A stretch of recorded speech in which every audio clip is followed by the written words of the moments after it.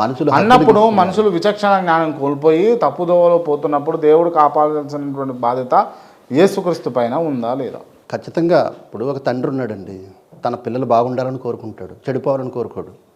అందులో ఒకడు చెడిపోయాడు, అది తండ్రి కారకుడు కాదు. ఒక కొడుకు తండ్రి బాగు చేసుకోవడానికి ప్రయత్నం చేస్తాడు. ఒక కొడుకు తండ్రి దేవుడు కాదు, దేవుడు కాదు. ఒక కొడుకు తండ్రి దేవుడు కాదు, ఒక కొడుకు తండ్రి మాత్రమే. ఉదాహరణగా దేవుడికి తండ్రికి చాలా తేడా ఉంటుంది కదా. అదే నేను ఏమంటున్నానంటే, ఏ తండ్రి అయినా తన పిల్లలు మంచిగా బ్రతకాలని చూస్తాడు. అలాగే దేవుడు మనకు తండ్రి, మనల్ని సృష్టించినవాడు అనుకుంటే మనం మంచిగా బ్రతకాలని కోరుకున్నాడు. వాడు చెడిపోయినప్పుడు దేవుడు కారకుడు కాదు. వాడు మరలా దేవుని దగ్గరికి వస్తే, దేవుని వైపుకి తిరిగితే, తండ్రి వైపుకి తిరిగితే తండ్రి మార్చుకుంటాడు.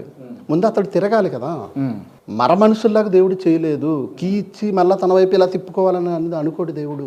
మనం తిరిగినప్పుడు ఆయన మారుతుంది. అంటే ఈ సృష్టి కారణమే యేసుక్రీస్తు అయినప్పుడు తిప్పుకోగలిగే శక్తి కూడా దేవుడికి ఉండాలి కదా, క్రీస్తుకు ఉండాలి కదా, యేసుకు ఉండాలి కదా.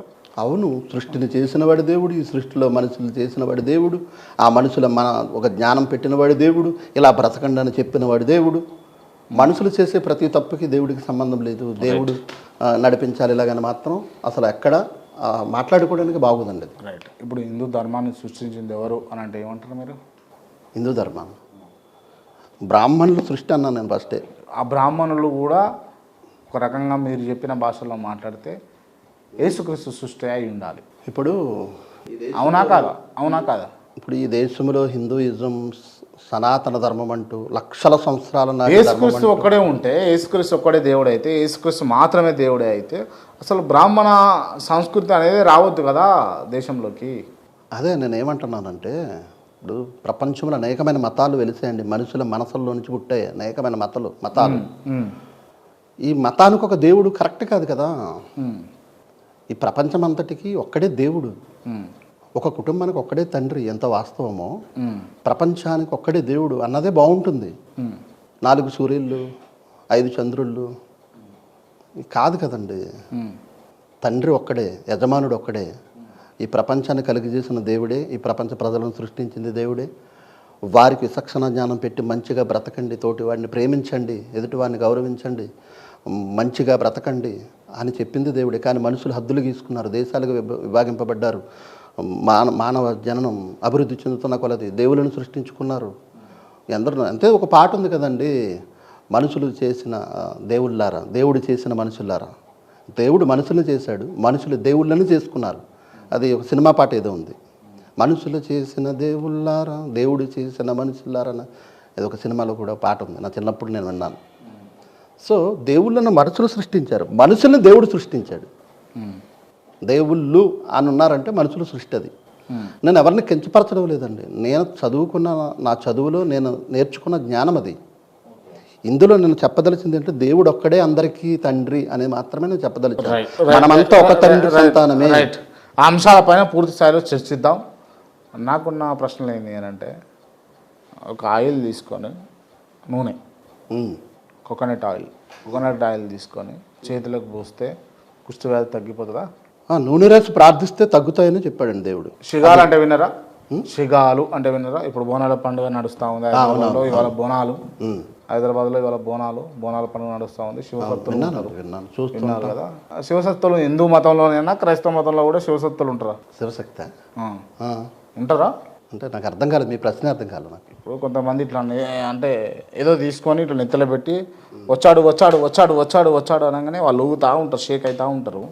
అదంతా భ్రమణ, లేకపోతే భ్రమ పెడతారా, లేకపోతే వాస్తవమా? అది అంటే వాళ్ళు అది నిజమని నమ్ముతున్నారని నమ్మనివ్వండి. మీరు ఏమంటారు దాన్ని? అంటే నేను ఏమనేది అంటే వాళ్ళ నమ్మకం, అది ఏమనలేను. మీరు ఏమంటారు చెప్పండి. ఒక being a pastor, good pastor, being a good pastor నేను అంటా. ఇప్పుడు వాళ్ళు అది నిజమని నమ్ముతున్నారు. నిజమా? మూఢనమ్మకాలు అన్ని మతాల్లో ఉన్నాయండి. మూఢనమ్మకాలు అన్ని మతాల్లో ఉన్నాయి. కానీ మీలాంటి వాళ్ళు మీ మతంలో ఉన్నదాన్ని మూఢనమ్మకం, ఇతర మతంలో ఉన్నది మూఢనమ్మకం. క్రిస్టియానిటీలో కూడా మూఢనమ్మకాలు లేకపోలేదు, మనుషులు సృష్టించినవి. రైట్. ఇప్పుడు చెప్తా ఉన్నా, విజయ్ కుమార్ గారు మాట్లాడదు. బైబిల్లో మూఢనమ్మకాలు లేవు. బైబిల్ని అడ్డు పెట్టుకుని కొంతమంది మూఢనమ్మకాలలోనికి తీసుకువెళ్ళే క్రిస్టియన్ మతంలో కొంతమంది మూఢనమ్మకాలతో భ్రమ పెట్టిస్తున్నారు. రంపెట్టించే వాళ్ళు ఉన్నారు. ఒప్పుకుంటున్నాను మీరు దీన్ని.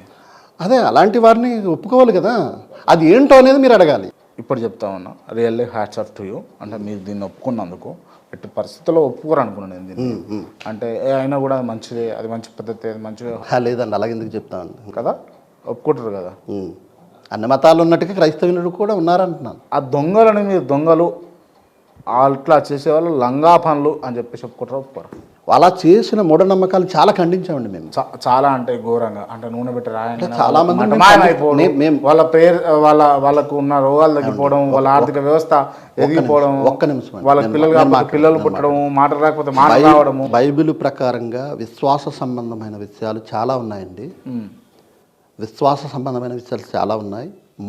బయట మనుషులు సృష్టించిన మూఢనమ్మకాలు క్రిస్టియానిటీలో ఉన్నాయి. అలా బైబిల్కి మించి, బైబిల్ని దాటి వ్యవహరించే ఆ మూఢనమ్మకాలను ప్రాబల్యం పెంచుతున్న వారిని మేము ఖండించాం. ఇది తప్పు, ఇలా చేయొద్దు, బైబిల్ అలా చెప్పలేదు, బైబిల్ అనుసారంగా మీరు చేయండి. అది ఎంత విశ్వాస సంబంధమైనదో బైబిలే పరీక్ష, బైబిలే ఫైనల్. దీన్ని దాటి వెళితే ఖచ్చితంగా అది మూఢనమ్మకమేనండి. ఇక మీరు ఏదో అన్నారు ఇందాక, నూనె గురించి మాట్లాడారు. అది మూఢనమ్మకం కాదండి. అది అంటే ప్రార్థించి నూనె రాస్తే, లేదా నూనె రాసి ప్రార్థిస్తే వారికి స్వస్థత జరగడం అనేది, వాళ్ళకి మేలు జరగడం అనేది, వాళ్ళ అభిషేకం అంటారు, అనాయింటింగ్ అంటారు, అది జరగడం అనేది వాస్తవం. ఇప్పుడు తేలు గరిచింది అనుకో, పాము గరిచింది అనుకో, ప్రేయర్ చేస్తే ఆ మత్తు ఆ విషయం ఎక్కకుండా సాధ్యపడుతుంది అంటారు. మీ ప్రశ్న నాకు క్లారిటీ ఉండడం లేదా? కొంతమందికి ఊర్లలో తేలు గరుస్తుంది. తేలు గరగానే పాస్టర్ అమ్మ ప్రేయర్ చేస్తుంది. ప్రేయర్ చేయగానే అడిగి తగ్గిపోతుందా, ఆ విషయం ఎక్కకుండా ఉంటుందా శరీరానికి? ఇది సాధ్యమా అసాధ్యమా మీరు చెప్పండి, ఒక మాటలో చెప్పండి. ఏమండి, అందుకే విశ్వాస సంబంధమైనది అని అందుకే చెప్పాను నేను. ఇది విశ్వాస సంబంధమైనది మాత్రమే.